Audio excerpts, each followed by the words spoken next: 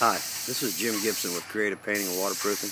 I wanted to take just a minute to show you how we're spraying this exterior tack barn behind one of the houses that we're painting.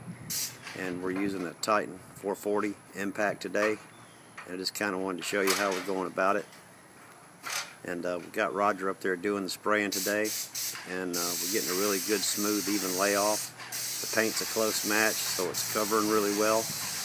And I just kind of wanted to show you how we go about this. You'll notice he's taking the real quick sweeping motions vertically, and we're getting excellent coverage here. But I just kind of wanted to show you, and I'll just let you watch there for a minute.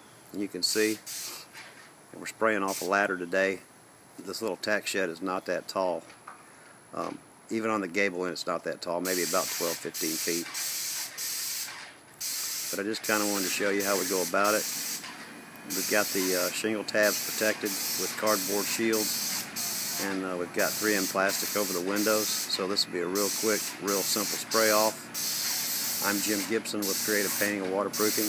Check us out on the web, www.creativepaintingandwaterproofing.com, and you can also see us at www.alabamahousepainters.com.